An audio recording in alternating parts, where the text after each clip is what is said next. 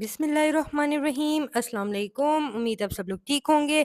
जी, तो क्लास 10 की मैथ्स की बुक है और जैसे कि आप सब जानते हैं कि हमने एक्सरसाइज 2.3 को स्टार्ट किया हुआ है। लास्ट टाइम हमने क्वेश्चन नंबर 1 और क्वेश्चन नंबर 2 को कंप्लीट कर लिया था। आज हमारे पास जो क्वेश्चन है वो है जी क्वेश्चन नंबर 3, जिसको हम बहुत ही ज़्यादा आसान तरीके से सॉल्व करेंगे।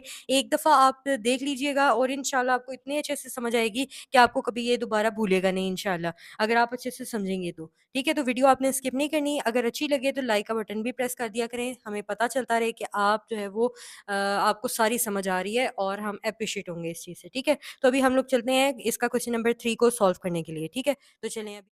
यहाँ पे आपको नज़र आ रहा है क्वेश्चन नंबर 3 लिखा हुआ है। इसमें बोला जा रहा है फाइंड के की वैल्यू फाइंड आउट करनी है if sum of squares of roots of the equation, यानी ये इक्वेशन है इज 2। कहते हैं कि यानी आपने क्या करना है, के की वैल्यू फाइंड आउट करनी है। सिंपल, पहले तो हमने के की निकालनी है वैल्यू, लेकिन उसकी वैल्यू हम किस तरीके से निकालेंगे, इसके लिए हमें चाहिए, इस इक्वेशन को समझने से पहले हमें सम ऑफ रूट्स जो कि अल्फा प्लस बीटा और प्रोडक्ट ऑफ रूट यानी अल्फा बीटा हमें चाहिए। उसके बाद ये स्टेटमेंट मैं आपको ज़्यादा क्लियर करके समझाती हूँ। ठीक है, तो सबसे पहले हम लोग अपनी ये जो इक्वेशन गिवन है 4k x² plus 3k x-8 equal to 0, इसको लिख लेते हैं यहाँ पे। ठीक है, 4k x² plus 3k x-8 equal to 0, इसको हम लिख लेते हैं। इसके बाद हम क्या करेंगे, इसमें से हम जानते हैं, यहाँ पे हम लिखेंगे हेयर, हमारे पास यहाँ पे a की वैल्यू किसके इक्वल आ जाएगी, 4k के। ठीक है, जो कि ये एक्स स्क्वायर का कोफिशिएंट है, जबकि b की वैल्यू हमारे पास आ जाएगी 3k के। ठीक है, इसके बाद c की वैल्यू हमारे पास आ जाएगी -8 के। ये चीज़ करने के बाद हम यहाँ पे क्या लिखेंगे, सम ऑफ रूट्स लिखेंगे और प्रोडक्ट ऑफ रूट्स जो है ना वो लिखेंगे, जिससे हम लोग इसको सॉल्व करेंगे।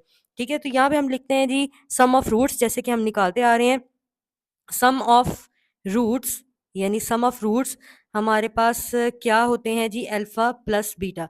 ठीक है, अल्फा प्लस बीटा हमारे पास सम ऑफ रूट्स हैं, क्योंकि हमने लेट किया हुआ है कि अल्फा और बीटा जो हैं वो रूट्स हैं इस इक्वेशन के। ठीक है, तो इसके बाद यहाँ पे हम लिखेंगे कि प्रोडक्ट ऑफ रूट्स, हमने क्या लिखने हैं, प्रोडक्ट ऑफ रूट्स यहाँ पे हमने लिखा इस तरीके से, और यहाँ पे हमने लिखा कि ये अल्फा और बीटा के बराबर है।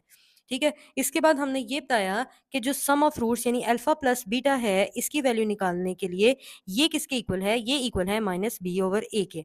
इसी तरीके से अगर हम प्रोडक्ट ऑफ रूट्स की बात करते हैं, तो अल्फा बीटा हमारे पास इक्वल होता है c/a के। ठीक है, अब क्या करना है, हमने सिंपल इसके अंदर वैल्यूज पुट करनी है। वैल्यूज कैसे पुट करनी है हमने, अब यहाँ पे आराम से देखेंगे, अल्फा प्लस बीटा हम ऐसे लिखेंगे, माइनस ऐसे लगाएंगे, बी की वैल्यू किसकी इक्वल है, 3k के, तो बी की जगह हम लिख देंगे 3k। इसके बाद ए की वैल्यू हमारे पास किसके इक्वल है, 4k के, तो हम क्या डाल देंगे यहाँ पे, 4k लिख देंगे। ठीक है, इसके बाद यहाँ पे अल्फा बीटा की, ये आप एक एक करके भी निकाल सकते हैं, मैं साथ साथ निकाल रही हूँ, मुश्किल नहीं है। ठीक है, अगर आप चाहें तो आप नीचे अलग से भी कर सकते हैं। ठीक है, अल्फा बीटा हमारे पास क्या है, सी की वैल्यू क्या है हमारे पास, -8, तो यहाँ पे हम लिखेंगे -8। इसके बाद ए की वैल्यू हमारे पास गिवन है 4k, तो हम यहाँ पे लिख देंगे 4k इस तरीके से। इसके बाद k को हम k से काट देंगे। ठीक है, यहाँ पे हमारे पास क्या रह जाएगा, अल्फा प्लस बीटा। ठीक है, यहाँ पे रह जाएगा हमारे पास -3/4। ठीक है, तो ये हमारे पास सम ऑफ रूट्स निकल आया। अब यहाँ पे बात करते हैं, तो अल्फा बीटा हम ऐसे ही रहने देंगे, के तो कटेगा नहीं, तो 4 कटेगा, 4 वन ज़ा 4 एंड 4 टू ज़ा 8, तो ये आ जाएगा हमारे पास -2/k। तो ये हमारे पास सम ऑफ रूट, और ये आ गया हमारे पास प्रोडक्ट ऑफ रूट। अब बात करते हैं जी कि हमें असल में सवाल में कहा क्या गया है। सबसे पहले तो आप देखें, सम ऑफ स्क्वायर्स ऑफ रूट्स, यानी रूट्स हमारे पास कौन से हैं, आप ये याद रखें, अल्फा और बीटा है। ठीक है, इसके बाद कहता है सम ऑफ स्क्वायर्स ऑफ रूट्स। ठीक है, रूट्स जो हैं उनका स्केयर, यानी अल्फा स्केयर और बीटा स्केयर। अच्छा, फिर एक दफ़ा देखिए, सम ऑफ स्क्वायर्स ऑफ रूट्स। ठीक है, अब रूट्स हैं, उनका हमने स्केयर किया अलग अलग से इनका। ठीक है, इसके बाद हमने इसको सम भी कराया। ठीक है, यानी कुल मिला के बात हुई alpha square plus beta square, ये चीज़ हमें बोली जा रही है। अब कहते हैं sum of squares of roots of the equation, ये इक्वेशन है। ठीक है, इसमें से हमने अल्फा प्लस बीटा और क्या निकाला हमने, अल्फा बीटा यानी सम ऑफ रूट और प्रोडक्ट ऑफ रूट निकाल लिया। ठीक है, इसके बाद कहते हैं ये जो स्क्वायर है, जो सम है इन ये रूट्स के जो स्क्वायर्स का, वो हमारे पास 2 के इक्वल है। ठीक है, इस इक्वेशन में से तो वैल्यू निकली, लेकिन ऑल ओवर बात ये हुई कि इसकी ये जो हमारे पास पहली लाइन की बात है, ये इक्वल टू 2 के इक्वल है। अब हम करेंगे क्या, हम यहाँ लिखेंगे सिंस, यानी हम यहाँ लिखेंगे सिंस हमारे पास जो बात हुई है वो ये हुई है कि हम अल्फा स्केयर और जो बीटा स्केयर है यानी sum of square of the roots जो है वो इक्वल है 2 के। अब यहाँ पे आप देखें कि हमें करना ये है कि हमें हमारे पास जो होता है ना अल्फा प्लस बीटा की वैल्यू गिवन है, अल्फा बीटा की वैल्यू गिवन है, लेकिन alpha square plus beta square की वैल्यू हमारे पास नहीं है। इस केस में हम ये करेंगे कि हम यहाँ पे फॉर्मूला कंप्लीट कराएंगे। फॉर्मूला कंप्लीट कैसे कराएंगे? आप जानते हैं कि जैसे for example a square plus b square plus 2ab ये हमारे पास इक्वल किसके होता है जी? ए प्लस बी के, ए प्लस बी का होल स्केयर होता है। इसी तरह हम अगर इसको जो है ना इससे कंपेयर करें तो alpha square plus beta square अगर हम ये फॉर्मूला कंप्लीट करना चाहते हैं तो हमें चाहिए प्लस 2 अल्फा बीटा। अब बात ये है कि हमें चाहिए 2 अल्फा बीटा। अगर जो चीज़ हमारे पास नहीं है हमने उसको इसमें ऐड कराना है तो इसके साथ हमें इसी वैल्यू को सब्ट्रैक्ट भी कराना है। ठीक है? इससे होगा ये कि इससे हमारे जो क्वेश्चन जो भी हमारे पास इक्वेशन होगी उसको कोई फ़र्क नहीं पड़ेगा। लेकिन हमारा जो है ना वो काम हो जाएगा।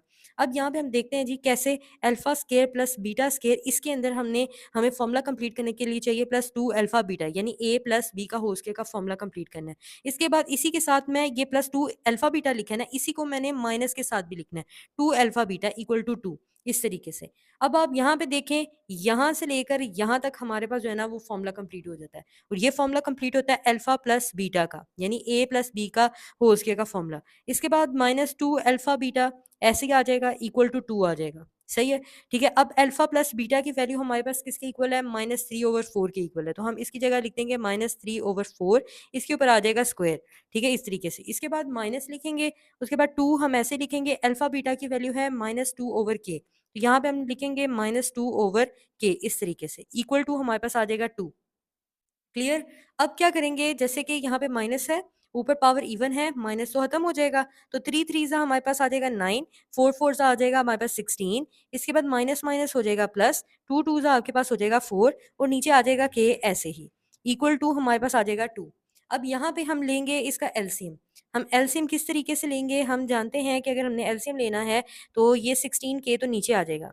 ठीक है? अब यहाँ पे हमारे पास इसके नीचे 16 है तो इसको k से मल्टीप्लाई कर देंगे। जैसे कि जैसे भी आप ज़हन में रख सकते हैं कि हम एलसीएम लेते हैं, वैसे ही हम इसका एलसीएम ले रहे हैं, ठीक है? तो 16 है, इसको k से मल्टीप्लाई कर देंगे तो ये आ जाएगा 9k प्लस ऐसे लिखेंगे इसके पास k है लेकिन 16 नहीं है, तो 4 को हम मल्टीप्लाई कराएँगे किससे? 16 से, ठीक है? इसी तरीके से हमने k के साथ भी किया है। इसके पास 16 था, इसको हमने k से मल्टीप्लाई कराया, इसके पास k था, इसको हमने 16 से मल्टीप्लाई कराया।